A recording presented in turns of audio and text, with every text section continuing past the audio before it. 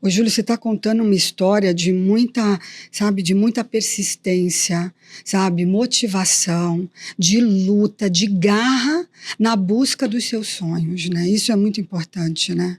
É porque você tem que ter, né? Tem que ter. Não basta só querer. Eu quero ser jogador de futebol. Não basta só isso, né? É o que eu falo, né? Quando tu quer uma coisa, tu tem que tentar fazer o melhor possível, né? Fazer o bem feito, porque tem sempre alguém olhando. E eu, hoje mais velho, por tudo que eu fiz, que eu conquistei, eu sei que eu fiz. Eu sei que eu treinava a 100%. Eu não... Dificilmente eu saía de treino, dificilmente eu falava que estava com dor. Já joguei, já treinei muitas Mesmo vezes. com dor, mesmo ali. Você Porque eu com sabia dor. que aquilo dali era o meu futuro. Tá. Eu não tenho estudo. Minha mãe trabalha no restaurante até hoje. Minhas irmãs estudaram, mas também trabalham. E a gente passou uma dificuldade muito grande em Itaguaí. Muito, muito grande. Isso é até a gente fala muito de motivação, sabe, Júlio? Em termos do esporte, né? Tem aquela coisa, o que te motiva, o que faz... eu posso dizer que a motivação na sua vida foi o seu cuidado com a sua família, foi o amor e o carinho pela sua mãe, pelas suas irmãs e o querer dar para elas, no caso, né, bem-estar de vida, melhores condições. Podemos dizer que um dos motivos da sua motivação foi essa? Com certeza foi o maior. O maior de todos. A gente passou um período morando num bequinho que quando encheu o rio, a água levou a parede de trás de casa. Levou. Eu até brinquei com a minha mãe, falei, pô, a gente parece que tá morando num cenário de televisão, né, que não tem a parte de trás. E naquele dia, todos os outros familiares veio para nossa casa, porque a casa deles encheram d'água. Nossa, então mesmo a sua casa, levando a parede de trás, ainda era um dos lugares seguros ali da...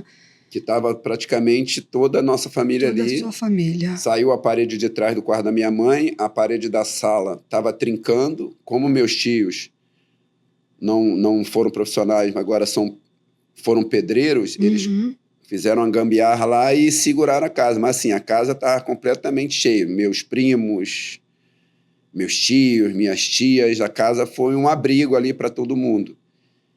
E que história linda, né, de superação, vocês todos juntos, ali se unindo, né, que simbólico isso, né, segurando ali de alguma forma aquelas paredes, aquela casa, o teto de vocês. E nessa época, você já estava ali em Xerém? Já estava em Xerém. Já estava ali como treinador de base. Assim, não tinha contrato ainda, não tinha um contrato, mas já estava aprovado, estava esperando um contrato. E acho que naquele dia ali, quando acabou aquela chuva, que o meu tio foi, eu tenho uma cena do meu tio, que ele tinha comprado um móvel para casa, e a gente foi lá ajudar, e a água levou zero, assim, zero. E eu vi meu tio sentado, chorando, a gente ficou meio balançado ali, mas a família sempre... Eu digo muito que essa galera tem uma renda menor, né, cara? Por mais que passe um perrengue, eles vivem felizes, entendeu? A gente, mais que passou um perrengue ali, a gente estava feliz porque tinha, né? Sim, tinha. É o amor, né? Você tem o amor, você tem ali a família, são valores. A gente está falando, você está trazendo valores. Isso é muito importante, né? E assim, a minha mãe e minhas irmãs foram que me sustentaram nisso aí. Depois veio a minha esposa, minha mãe e minha esposa tá em outro patamar, como a gente brinca, né? Eu falo, se não fosse minha esposa hoje, acho que eu não tinha conquistado nada que eu conquistei, né? Me ajudou muito. Minha mãe, óbvio que principal, mas a minha esposa me ajudou bastante nessa luta aí.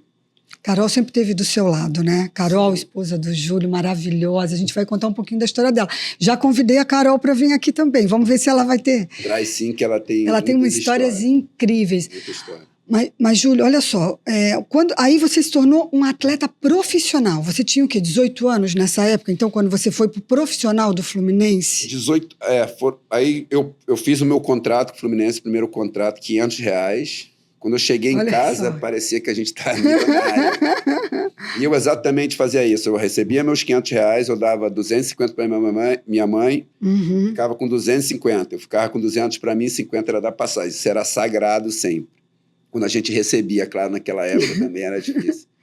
E nisso as coisas foram... Eu fui treinar, aí tem uma história, vou tentar resumir. No Fluminense, ninguém da base ia para o profissional treinar nessa época. Ninguém tinha oportunidade. E eu estava muito bem no sub-20, quando eu comecei a jogar. E fizeram uma reunião, falaram, vai 2 garotos para o profissional treinar lá.